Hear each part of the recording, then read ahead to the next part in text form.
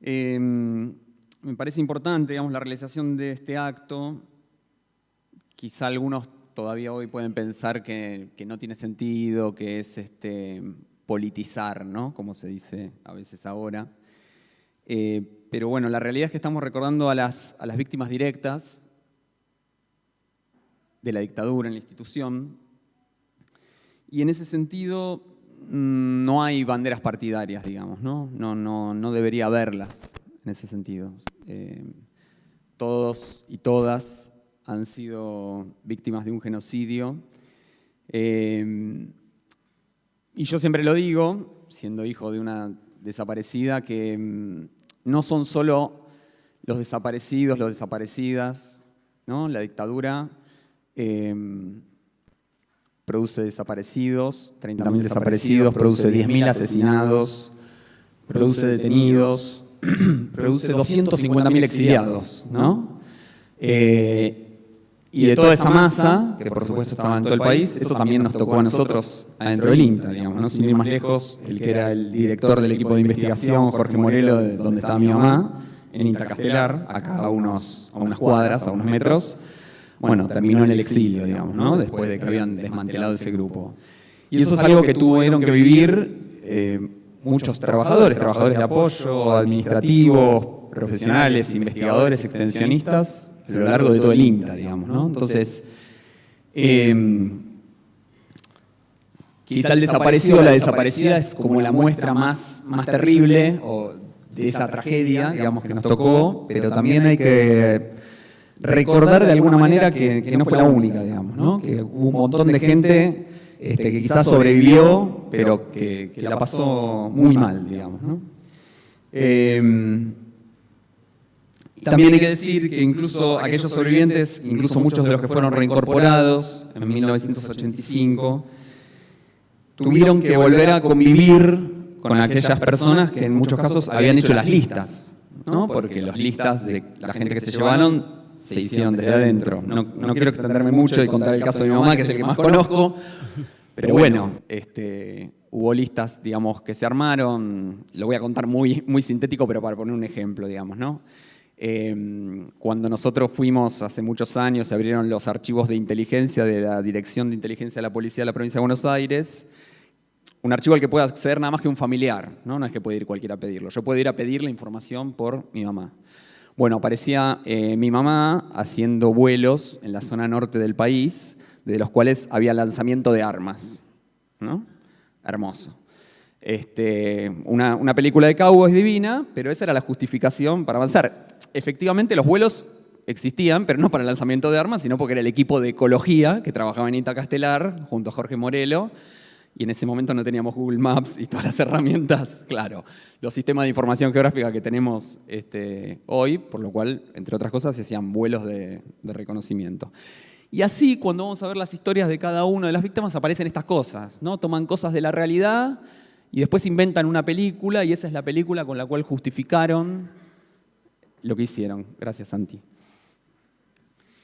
Esos poderes ocultos, de alguna manera, continuaron, ¿no? Después de la dictadura, no terminaron en 1983. Me parece que hace poquito la película Argentina 1985 muestra bastante de esto, ¿no? Como 2 años después, que no era tanto tiempo, pero tratando de llevar adelante un juicio, bueno, aparecían las amenazas y demás.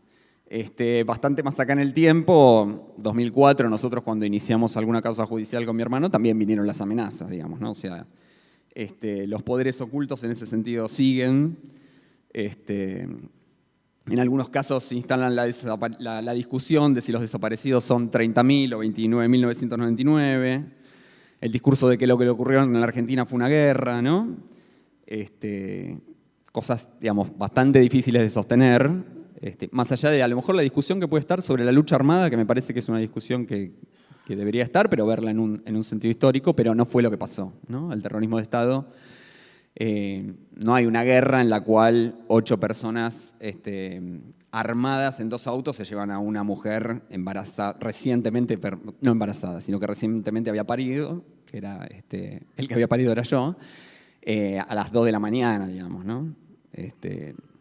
La única arma que tenía mi mamá, a mano era una mamadera, digamos, y era difícil que pueda hacer algo generarle daño a alguien con eso. En este sentido, me parece lo importante es recordar que el objetivo de la dictadura, y a veces yo creo que el tema de las desapariciones y el terrorismo a veces lo tapa, como fueron todas las dictaduras del Cono Sur, digamos, ¿no? Fue destruir el país. Digo, la desaparición y el terrorismo es la justificación para llevar adelante determinadas políticas económicas, digamos, ¿no? Argentina en 1970 era una de las principales potencias del mundo, aún después de las dictaduras anteriores que había tenido, Onganía, la noche de los bastones largos en el 66, digamos, un montón de cosas que habían pasado, pero así todo era un país que objetivamente, digamos, en ese sentido era una potencia, y por suerte en algunas cosas todavía lo seguimos siendo, pero con algunos problemas, ¿no? En el plano agropecuario, perdón, pero los que me conocen saben que soy sociólogo y trabajo en los temas rurales, así que la deformación profesional aparece todo el tiempo. El pico de productores que tuvo el país fue durante la década del 60. Justamente a partir de la década del 70 y con la dictadura es donde se inicia un proceso de concentración que ya lleva 47 años y que hay muchas discusiones, no me voy a poner muy técnico, digo, hay muchas discusiones al respecto de la concentración. Muchos dicen, bueno, pero eso es un fenómeno mundial. Sí, por supuesto, la concentración agropecuaria es un fenómeno mundial, pero en los niveles que se dio en la Argentina hay muy pocos antecedentes en el mundo, ¿sí? Y se dieron por llevar adelante determinadas políticas y por eliminar, digamos, determinadas políticas que existían antes de la dictadura y que son las otras desapariciones, ¿no? O sea, la desaparición física y todo lo que vino con el terrorismo de Estado también llevó a esa desaparición de las políticas públicas.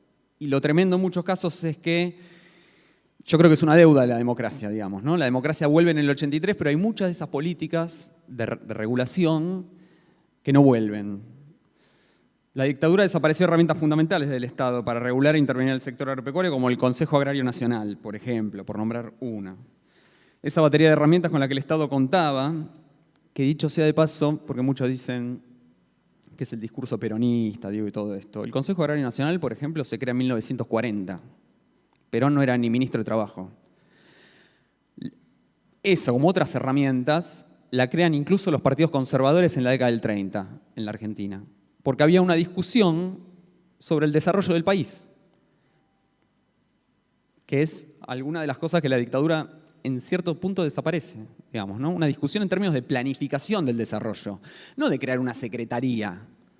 Bueno, tenemos problemas con la agricultura familiar, entonces creemos la Secretaría de Agricultura Familiar. No, una planificación integral del desarrollo. Esas son las políticas que teníamos en la Argentina, que siguen estando vigentes, no en la Unión Soviética, en Cuba o en China, sino en Estados Unidos, en Francia, en países que no son comunistas. Uno le puede decir cualquier cosa a esos países, menos que son comunistas, ¿sí? Pero son medidas de regulación de cualquier capitalismo avanzado. En ese sentido, no son todos perdedores. La dictadura tuvo ganadores, ¿no? Una fuerza de ocupación extranjera, pero utilizando las herramientas del país como las Fuerzas Armadas. Esa es la principal herencia de la dictadura, una herencia técnica. Y en ese sentido hay medidas, me parece a mí, que no tienen que ver con otra vez, no con lo partidario, son medidas técnicas, digamos, ¿no? O sea, tenemos un país de 52 millones de personas que produce, con todas las discusiones que hay en el medio, proteína animal para 400 millones de personas. Y casi la mitad de la población bajo la línea de pobreza, sin poder comer pan, que se produce, es uno de los principales productos de la Argentina, el trigo por lo menos, digamos, y todos los elaborados, ¿no? Entonces, quería hacer un poco con esto, ¿no? No fue una guerra, sino en ese sentido una implementación sistemática de medidas políticas y económicas que destruyeron la nación y que siguieron luego repitiéndose durante la década del 90. Las personas, los muertos, mi mamá ya no van a aparecer. Perdón. Pero tenemos que poder aparecer esas políticas que fueron eliminadas por la dictadura y que tienen que tener la capacidad